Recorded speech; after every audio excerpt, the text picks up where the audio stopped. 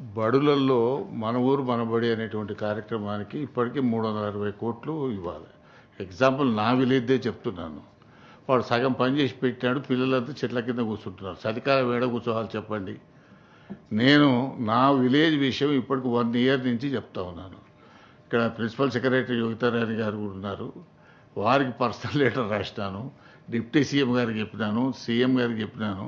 మీరు ఇంత పేమెంట్ చేస్తున్నారు, 360 కోట్లు మన ఊరు మనబడి చేసడం ఒక భాగం. 2, ఈ ప్రభుత్వం వచ్చినాక అమ్మ ఆదర్శ పాఠశాలను పెట్టినారు. దాన్ని మీరు ఏం చేసినారు, మైనింగ్ సెస్కు అటాచ్ చేసినారు. ఆ మైనింగ్ సెస్ వచ్చిన దగ్గర అయితేనే కొంత పేమెంట్లు ఇస్తున్నారు, లేని దగ్గర అవి కూడా ఆగిపోయినటువంటి పరిస్థితులు.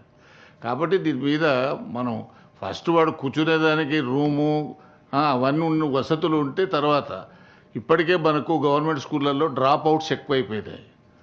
మీరు మనం గతంలో చెప్పిన లెక్కల ప్రకారమే 24-25లో 18.5 లక్షల మంది ప్రభుత్వ పాఠశాలలో ఉన్నారు, 36 లక్షల మంది ప్రైవేట్ పాఠశాలలో ఉన్నారు.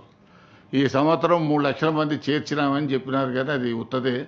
30,000 మంది కూడా కొత్తగా చేర్చుకోలేదు, లెక్కలు మాత్రం పంపిస్తున్నారు.